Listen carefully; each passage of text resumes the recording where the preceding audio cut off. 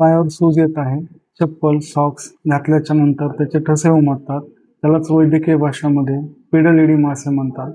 Pedal oedema होण्यामागचे मुख्यतः कारण मिठाचे अतिसेवन, अतिलठ्ठपणा, जास्त वेळ स्टँडिंग किंवा बसून काम केल्यामुळे पण येऊ शकते.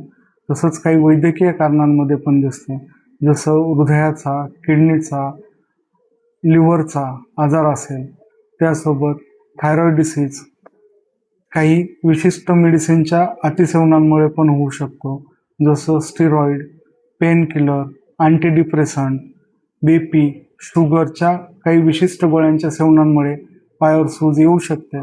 त्यासोबत पाय मुरगळणं, पायाला इंजुरी होणं, त्यामुळे पण पायावर सूज येऊ शकते.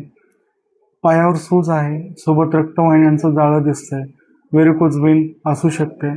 एकाच पायावर सूज आहे, रक्तवाहिन्यांचं जाळं दिसतंय, सोबत पेन होते, तर ते डीप वेन थ्रोम्बोसिस पण असू शकते.